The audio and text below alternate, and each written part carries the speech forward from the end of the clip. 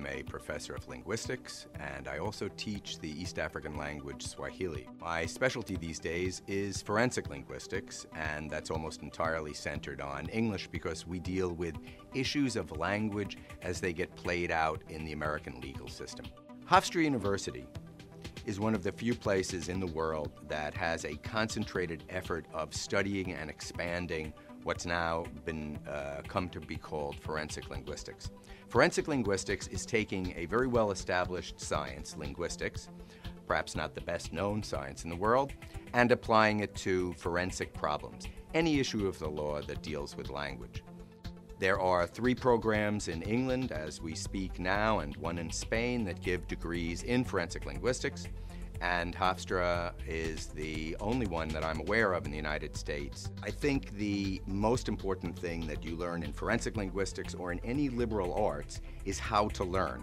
You learn how to come into a new field, a new set of variables, do a quick read on it, learn how be able to combine that with your own information, your own worldview, and solve problems. And this is something that's desirable in any field and in any office. That's the idea of the liberal arts, is that we teach people how to learn, not necessarily train them as pre-professionals. Internships in forensic linguistics could be with government agencies. As a matter of fact, when I first trained FBI agents at Quantico, I found, to my delight, a former linguistics student of mine working as an intelligence analyst with the BAU.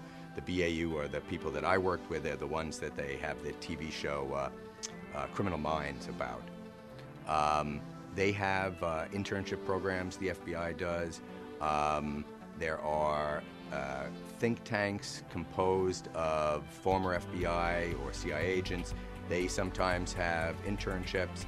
I have interns working with us on some of our cases, and law offices have expressed interest in having our students as interns. The academic experiences that I've found most useful were my training as a sociolinguist, which is a type of linguist who goes into the street and tape records people as they actually are using their language in daily life. My first assignment was to go to a rather tough neighborhood outside of Detroit and wander the streets and make contact with some of the local street gangs and record fight stories. This is not something that I have replicated in my training of my students, but these same professors who trained me to safely and very effectively go and get the data that I did outside of Detroit also trained me to go to East Africa and to Thailand, where I did the same type of research for several years.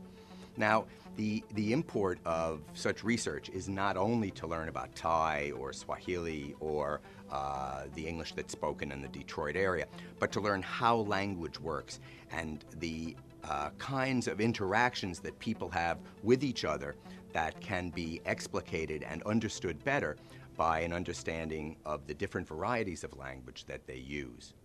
So this was a great formative thing in my career because I understood how language worked on the ground.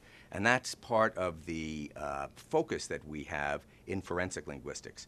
We can't afford to just have theories that don't apply to real language. We have to have theories that explain how people actually do or do not use language.